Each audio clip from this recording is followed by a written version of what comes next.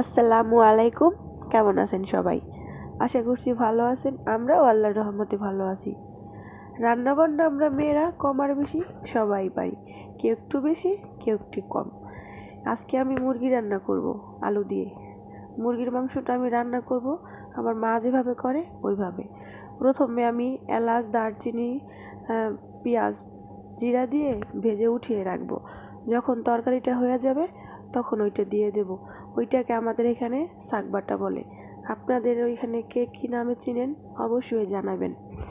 আমরা যারা নতুন পেজ খুলছি অবশ্যই সবাইকে সাপোর্ট করব, পাশে থাকব ইনশাল্লাহ।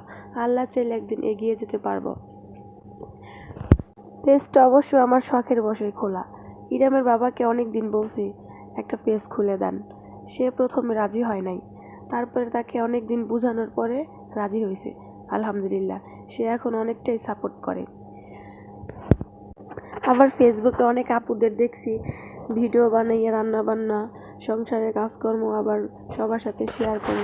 সেগুলো দেখে আমার সবসময় অনেক ভালো লাগতো। তারপরে আপনার মনে হলো যে না, একটা পেজ খুলি, সারাদিন তো বসেই থাকি। আর একটা কথা, আমি যার কাছ থেকে সব থেকে বেশি উৎসাহ পাইছি সে হলো আমার ছোটো খালামণি, লন্ডন থাকে। উনি সবসময় দেখি ভিডিও করে, রান্নাবান্না, ঘুরতে যায়, শপিং করে, কাজ করে, সব ভিডিও কইরা সবার সাথে শেয়ার করে। এগুলো দেখে আমার খুব ভালো লাগতো।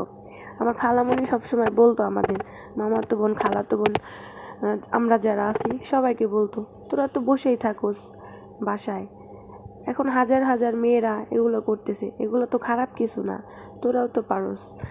তো তার কথা শুনে আমার অনেক ভালো লাগছে, তারপরে এই পেজটা আমার খোলা। তো সবাই সবার পাশে থাকবেন, সবাইকে সাপোর্ট করবেন। মানুষ তো আর মার পেটে থেকে সব কিছু শিখে আসে না, আস্তে আস্তে শিখে। ভুল ত্রুটি হইলে ক্ষমার দৃষ্টিতে দেখবেন। তো সবাই ভালো থাকবেন, সুস্থ থাকবেন। আল্লাহ হাফেজ।